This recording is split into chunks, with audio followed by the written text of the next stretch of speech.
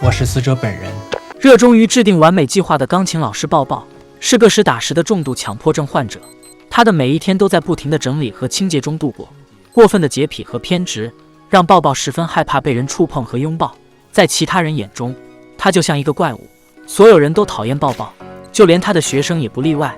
他的教室空空如也，但尽管如此，抱抱还是坚持做够1个小时。抱抱和这个社会格格不入，他无时无刻不想摆脱这样的自己，摆脱孤独的人生，和朋友聊天，和爱人闲坐，尝试拥抱的感觉，但他做不到。既然无法停下来，不如干脆摆脱这样的生活。抱抱决定跳楼自杀，结束这一切。为此，他不仅自制了一项，还早早联系好了火葬场。然后，抱抱的最终计划却被一个叫宋温暖的女孩彻底打乱。宋温暖是个不拘小节、开朗乐观的女孩，也是个十分有才华的原创歌手。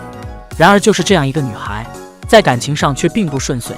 当初为了前男友王维人的音乐梦，宋温暖被当成创作机器，熬夜写歌，甚至到了需要吃速效救心丸才能撑住的地步。但结果却是前男友拿着她写的歌名利双收，宋温暖落到了被劈腿的下场。宋温暖何尝没有自己的梦想？这天，他骑着小电驴匆匆赶往一个原创音乐大赛的现场，途中却意外撞上了迎面驶来的抱抱。为了不耽误比赛，宋温暖拿走抱抱装着证件的袋子，准备完事了再找他算账。抱抱为了拿回自己的证件，赶忙跟上了宋温暖。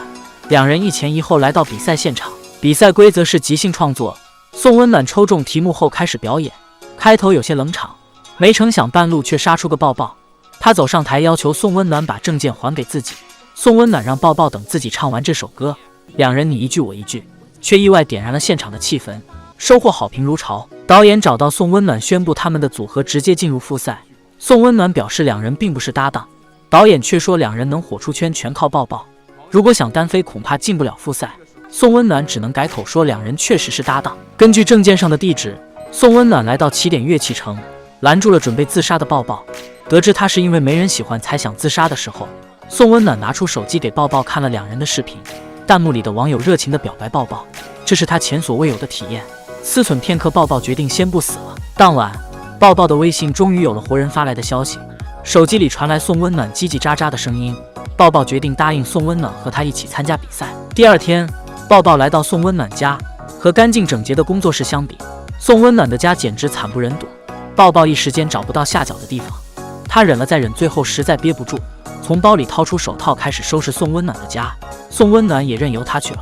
等宋温暖从睡梦中醒来，家里已经焕然一新，就连他用的奇形怪状的口红也全都被抱抱割掉了不整齐的部分。师傅，我就是遗体啊，实在抱歉，计划有变，我没死了。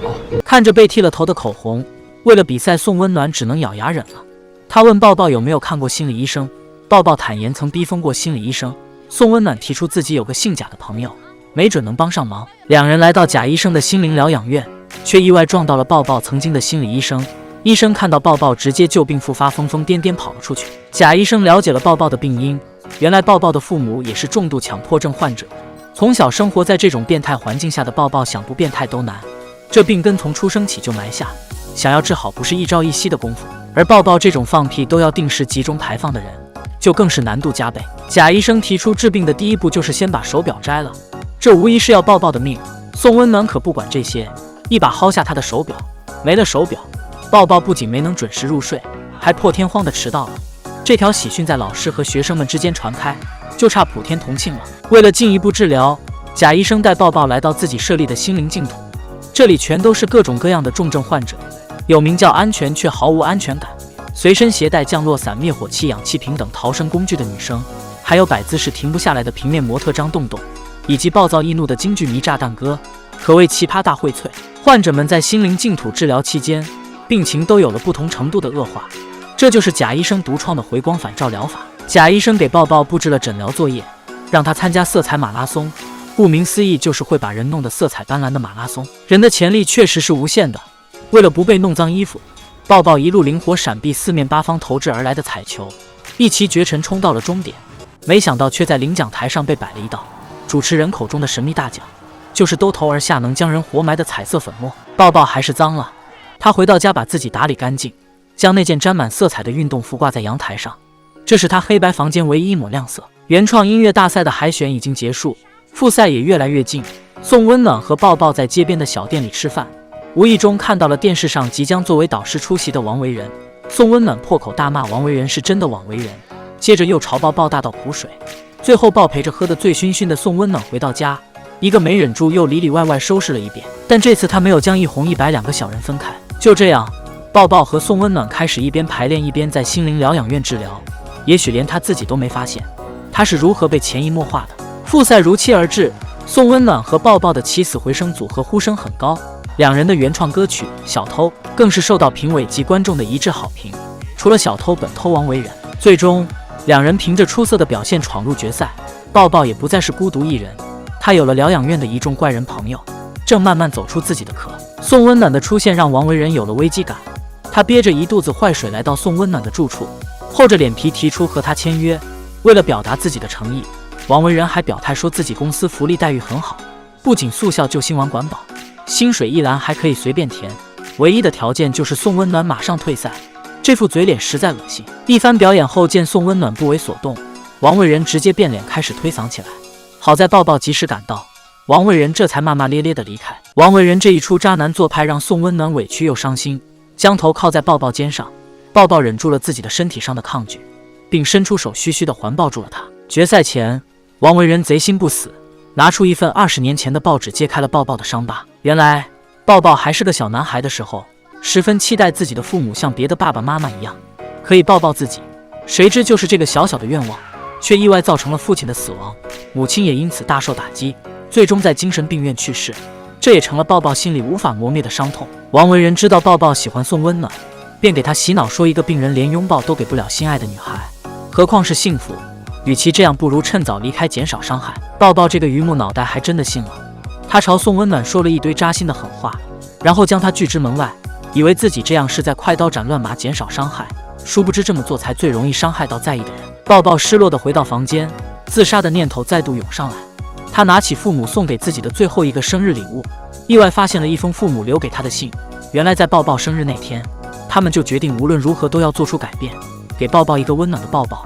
信的最后，父母嘱咐他要勇敢，要拥抱每一个爱自己的人。过去的已经无力改变，眼前的要学会珍惜。抱抱冲破了束缚自己的枷锁，奔走在夜晚的街头。他一刻都没停歇，来到宋温暖楼下，大声向他道歉。隔壁的马大姐嫌他扰民，浇了抱抱一盆又一盆洗脚水，直接给他来了个脱敏治疗。抱抱没有躲，仍是一句一句说着自己的心里话。宋温暖感不感动不知道，马大姐先感动了，但此时抱抱已经被浇晕过去。宋温暖赶忙打电话给贾医生，说抱抱溺水了，溺得洗脚水。